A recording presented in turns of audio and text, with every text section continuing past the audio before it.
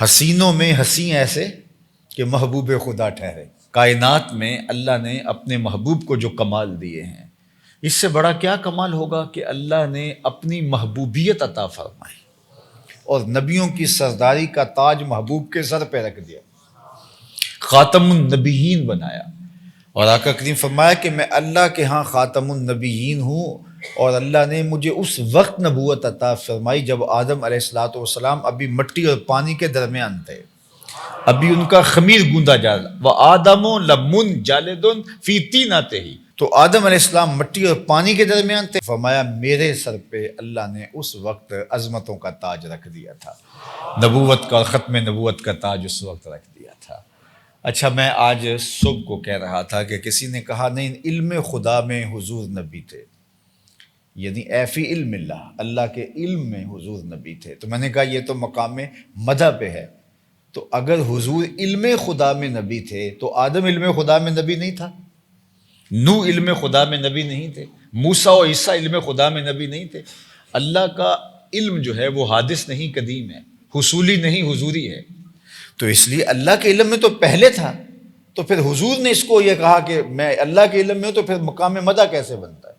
تو یہ بات ذہن میں رکھیے، مقام مدح پہ تبھی بنتا ہے کہ اللہ نے اپنے محبوب کو، اللہ اکبر۔ اب کوئی یہ اعتراض کرے، کوئی یہ کہے کہ اچھا اگر پہلے نبی تھے تو آئے کیوں بعد میں ہیں؟ تو میں کہتا ہوں میاں مہمان خصوصی بعد میں ہی آتا ہے، مہمان خصوصی بعد میں ہی آتا ہے۔ مجلس پہلے سجتی ہے، سٹیج پہلے لگتا ہے، مجمع پہلے آتا ہے، پھول پہلے رکھے جاتے ہیں، چاندنیاں پہلے بچھائی جاتی ہیں، کمکمے پہلے لگائے جاتے ہیں۔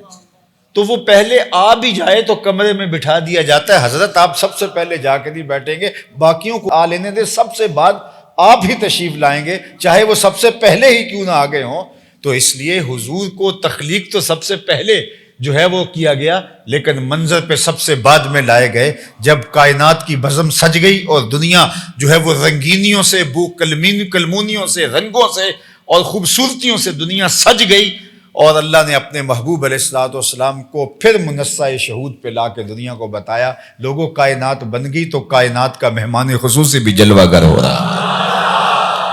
اللہ اکبر۔ تو اصل وجود آمدی از نخست، دیگر ہرچے موجود شد فرح تو۔ سادی پھر بولے، یاد آئے مجھے سادی، کہتے ہیں حضور آپ آئے بعد میں ہیں، لیکن آپ آئے بعد میں ہیں لیکن تھے سب سے پہلے۔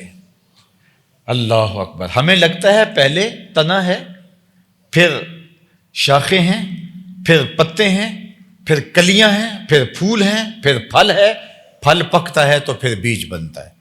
ہم دیکھتے ہیں تو ہم تنے سے شروع ہوتے ہیں اور آخر میں بیج دیکھتے ہیں، لیکن یہ کسی ذمہ دار سے پوچھو، وہ کہتا ہے نہیں تم یہاں دیکھتے ہو، تم اس سے پہلے کی کہانی نہیں جانتے۔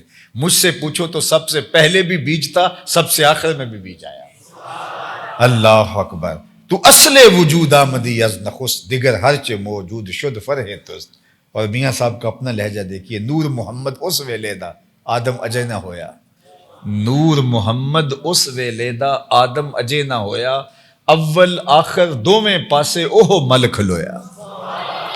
اور اس کو اقبال نے اپنے انداز میں بیان کیا، نگاہ عشق و مستی میں وہی اول وہی آخر، وہی قرآن، وہی فرقان، وہی یاسین، وہی طٰہٰ۔ تو اللہ نے اپنے محبوب کو یہ کمال دیا، یہ شان عطا فرمائی کہ ابھی کائنات منصہ شہود پہ بھی نہیں آئی تھی، اللہ نے ختم نبوت کا تاج محبوب کے سر پہ رکھ دیا تھا، حضور کو شان عطا فرمائی ہیں۔ اللہ اکبر۔ حضور علیہ الصلوۃ والسلام کو عطا کیے گئے مراتب رفیع، اس کا احاطہ ممکن نہیں ہے۔ ابن الحاج نے لکھا ہے کہ حضور تو حضور رہے، حضور کی شانیں تو وراء الورا رہی۔ حضور جس شہر میں رہتے ہیں، مدینہ المنورہ، اس شہر کی مٹی کی فضیلتیں بیان کرنے لگ جاؤ تو ابن الحاج کہتے ہیں اس کا حصر ممکن نہیں ہے۔ یار جو حضور کے قدموں سے لپٹنے والی خاک نور ہے، اس کی عظمتیں بیان نہ ہو سکے تو پھر بتاؤ حضور کی عظمتیں کون بیان کر سکتا ہے؟ اور پھر میرے جیسا ہیچ مداں اور ہمارے جیسے لوگ کیسے بیان کر سکتے ہیں؟